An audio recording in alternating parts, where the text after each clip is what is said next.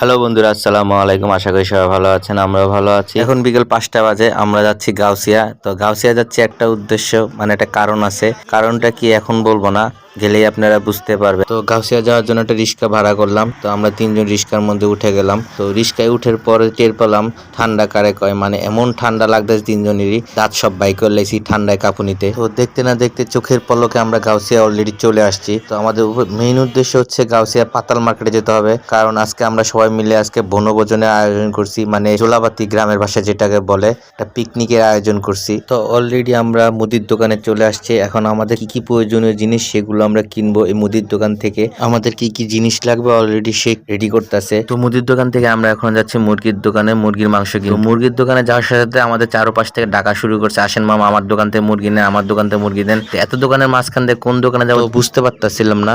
তো আমাদের পরিচিত দোকান থেকে আমরা সবার লাস্টে মুরগিটা নিছি। এখন নিতে হবে সবজি, কারণ সবজির বাজার এখনো করা হয় নাই। তো সামনে দেখছি আলুর দোকান, তাই এখন থেকে আলু নিয়ে নিলাম, আর আমরা ফুলকপিও কিনে নিছি। তো অলরেডি আমাদের সব বাজার শেষ হয়ে গেছে। এখন আমরা রিক্সা নিব, রিক্সা নিয়ে আমরা আমাদের গন্তব্য স্থানে যাব, যেখানে রান্না করবো সেখানে যাচ্ছি। আজকে ভিডিওটা এতটুকুই, সবাই ভালো থাকবেন, আসসালামু আলাইকুম। আর ভিডিওটা ভালো লাগলে অবশ্যই লাইক ও শেয়ার করে দিবেন, অন্যকে দেখার সুযোগ করে দিবেন। আর রান্নার ভিডিওটা কোনো আর এক ভিডিওতে আপনাদের অবশ্যই শেয়ার করব। ধন্যবাদ। আর ইউটিউব থেকে দেখলে অবশ্যই আমার চ্যানেলটা সাবস্ক্রাইব করে দিবেন।